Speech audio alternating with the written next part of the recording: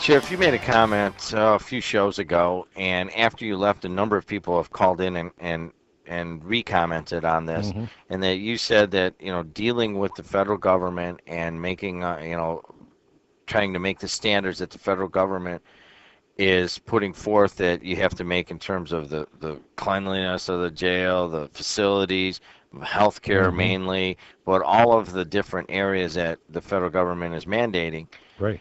that you were spending upwards of 75% of your time dealing with this. Now that you have Dr. Forgy in there, can you spend more time on law enforcement? Right. I could switch over to, some other areas there that need attention, and we're going to be introducing a lot of programs.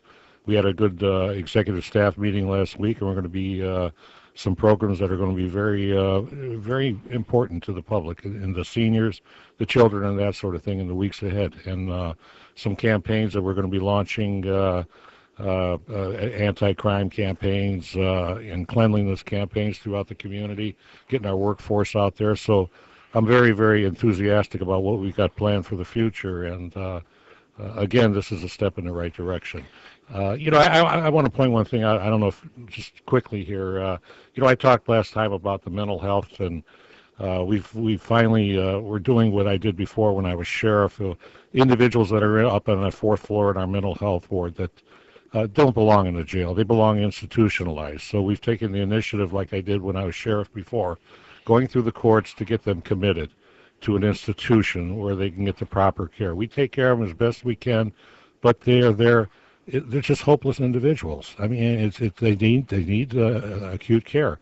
So we've started that. We have 6 already that have been committed. We went through the courts, had hearings and everything. I was there. I had to testify with the courts and that, with the judge. Took the judge up there, showed him exactly what the conditions are, what these individuals are like.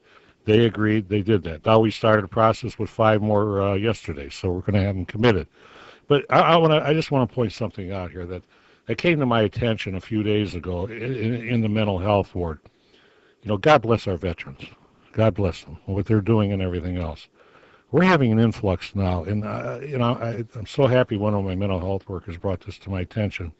We had at least four individuals just within the last couple of weeks brought into our mental ward, brought into jail, that are veterans that are suffering from mental disorders brought about by their service overseas in Iraq, Afghanistan, and that sort of thing. The post-traumatic stress disorder, the traumatic brain injuries and everything. And I just want to share, I made some notes, just a few of these individuals. One individual that was just brought into our facility within the last couple of weeks, he's an Army veteran suffering from post-traumatic stress disorder. He did 3 stints in Afghanistan, Iraq, blown up twice. He had metal plates all over his body, all right? He's brought in, he went through a divorce, has no place to live, was living in his car for the past 6 weeks, went to drug addiction because of the pain and everything from his injuries, gets arrested for shoplifting and theft, for stealing CDs or something at a store somewhere to try to get some money so he can purchase drugs so he can, alleviate the pain and everything. He's in our facility. Another one, suffering from depression due to post-traumatic stress. He's been, he's in there, did 2 stints overseas. Young men, I can go on and on. Army veteran, 3 stints in Bosnia, Iraq, Afghanistan, heavily addicted to heroin and Xanax because of his pain, traumatic stress and everything. Where am I going with that? I've got pages and pages of this. Where am I going with this, Jim? These individuals served our country. All right. So I'm contacting the VA. I'm going to contact Pete Visklosky, my good friend, his office. We've got to do something. We got to get these individuals placed. There's a facility. We have the outpatient facility over there that offers counseling services and for these type of drug addiction and that sort of thing. You've got the Jesse Brown Hospital over in Chicago, where these individuals should be taken there and given the care that they deserve. I mean, come on, they're our veterans. They served protecting our freedom, and they end up in a jail. Give me a break. It's not right. So we're gonna make this. I'm gonna work with the veteran. This has really disturbed me over the last couple of days when I'm reading these histories, these case reports, charts on these individuals. You know, we have the guys on the Veteran Show here at Hmm.